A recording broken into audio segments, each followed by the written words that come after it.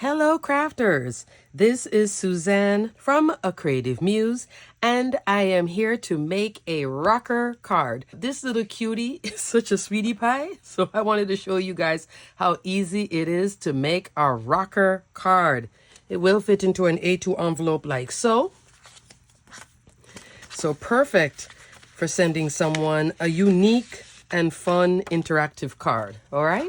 Okay, crafters, let's get right into it. Let's get started. Okay, crafters, first let me talk about the supplies that I'm using. The main base of the rocker card is the Pretty Circle Layer dies. I'll be using the largest one to create the base of the rocker, decorative layer, decorative layer. So it goes all three in. You can go as far as you wish. This is 4 3/4 of an inch all the way around. Also, I used this one, the Pretty Scallop Circle die. And I did use the third one in as a decorative layer as well. Next, I used the small bowl dies. And there is 3 in the set. They're small, medium, and large. All sold separately. I used the small bowl and the medium bowl whisk because there is no whisk for that size. I did use the little tiny heart here again. I use the big ones and then I use this little tiny one here. This is from the heart frame dies. And you can also purchase, if you want to do layering, the cute heart layer dies. Perfect for Valentine's. Next, I used the ginger boy and girl die set and made one of these cute, adorable gingerbread to tuck into my little small bowl. And I used You Are Special to Me. That's the sentiment from the Love You Most stamp and die bundle. This is a bundle, so if you purchase it, you're going to get both the stamp and the coordinating dies. And the coordinating dies here do cut out both that adorable gingerbread and the sentiments. Love.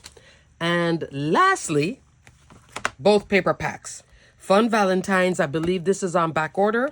And Script Hearts and Solid. These are both 6x6 paper packs. I use a few patterns out of these paper packs, okay?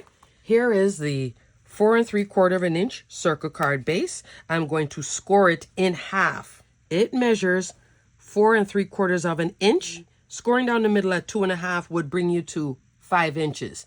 And seeing that this is 1/4 of an inch shorter, you're looking at 2 3/8 of an inch, okay? And I'm putting it here on the screen. So 2 and 1 3/8 of an inch right here is down the middle.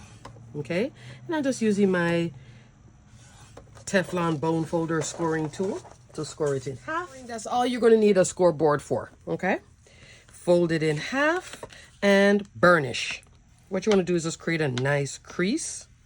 So you're doing this at 2 3/8 of an inch.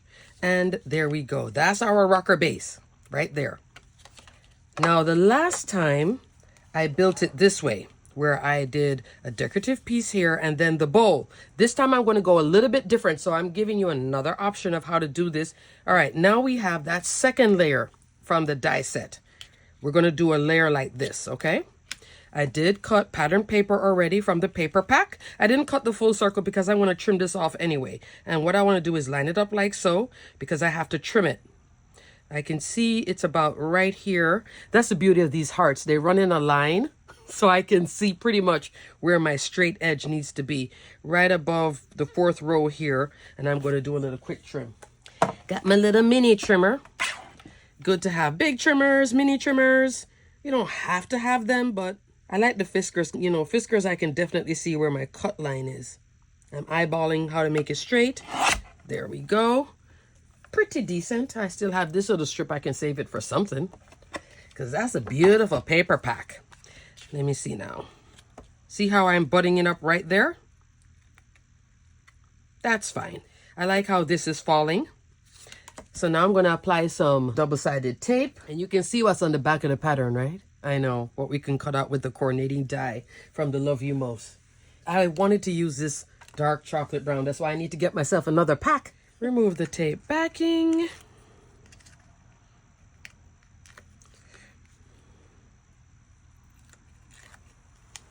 Sometimes it's the crafty OCD. I'm going to just run my ATG gun along the edge here just to apply adhesive around that curve, okay? I'll do both from time to time. Okay, there. Center it as best as you can and have it applied across the top edge. I'm not going to open it up too much because when you open this up, the paper fibers release and then all of a sudden it'll start opening out wide instead of staying nice and folded. So try not to keep opening the card in full. Send it like this, fold it in half, and then it will hold the shape and it won't loosen the paper fibers. Because then you'll have your base starting to open like that. Okay? Hopefully I'm making sense. See, just doing that already did it. Hold on. Let me burnish. There we go. All right. Next, you can see I already made this embellishment top. I'm going to tell you how I did it, just for the sake of the video. This third largest one, I cut in a white 110-pound cardstock. This is also 110-pound cardstock. So this is a solid card, okay? On top, I went into the third layer with the pattern paper from the Script Hard and Solid paper pack and layered these two on top of each other. On top of that, so now I'm done with my circle bases, okay? But isn't this a cute embellishment by itself? So you can do this too.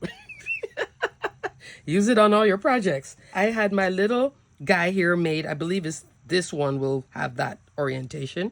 And I did the face here, so the full face, and then the frosting outline in glitter. And I put in one of the little hearts here in the center, okay? And that's my little guy all ink blended. Tuck him into the small bowl. Now, I was going to cut this out in pattern paper, but because I had this pattern here already, I decided to go solid and double layered up the little trim here. I saw this idea from Jill Norwood, Greenwood Girl Cards, where she staggered it. How you do this, I'll show you real quick, because I was layering it up straight before, like so. Strip of white, straight on top. I didn't stagger it. So let me show you how she did it. She cut that strip and she just drop it a little bit low, cut the next strip, and go a little bit high. And that's how you get the stagger, but not too high that you still don't see what is behind those little cutout hearts. Isn't that cute? I love that. So it gives it even more dimension and fun. You see it? And then the heart, that's from the heart frame die set. Layered it up, and then here I use that whisk right here on the outside on his hands. He's in the bowl holding the whisk, and then I had this done from the release, my little extra sentiment, "You Are Special to Me," which I put right there. And then I'm going to layer it right here, and we are done. I have to be careful of how I do this because I don't want adhesive over here. See, on the back, it's still clear. You can put your sentiment here, your to and from here. I would do it on the outside instead of opening it up, but you don't want them keeping to open it. That's the thing. The more you open this out fully is the more it's going to not want to hold as a rocker, okay? So I can see my line is about right here, about halfway. I'm going to use, again, double-sided tape just to keep it sturdy. I don't want to go too high because I don't want this sticking out. There we go. All right, now remove the tape backing. I have a little overhang. When you have a little overhang of adhesive, just take your finger and roll it onto itself with the double-sided tape, okay? I usually use my little cutter, but I didn't feel like getting up to go get it. I was like, I don't want to move. Alrighty, I'm in the zone. After the fiasco last night when I was filming another tutorial, which I'll talk about in that video, I was just like, I'm done for the evening. Big boo-boo happened and I was just like, oh, forget it. All right, so I'm going to center it as best as I can. I think that looks good to me. I'm at this weird angle doing this. Normally I would be above it, so there we go. And see, no adhesive. Love clean in the back, clean in the front, because your recipient can see this. So just be careful of that, okay? And yay! There we go. Wasn't that an easy card to make and so cute? So the first one I did in pinks and I did the chef hat. I didn't want to do the chef hat because I wanted to show you that you can do it a different way with just straight gingerbread, okay? Cute. Here is a A2 envelope. This one is in brushed rose gold. Look at that. And it still fits in a A2 envelope for the recipient with a little bit of space. Don't go too high above this. You can still have it fit, okay? But look at that. So give this technique a try. The largest I would go is probably 5 inches. Try not to have too much height. And also, and I learned this the hard way before, another tip, try not to go with too much weight on one side. What do I mean by that?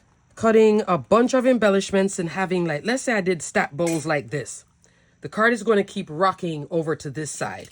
Because I kept everything pretty much centered, even here, it's pretty centered in terms of even weight distribution, my rocker will stand like this.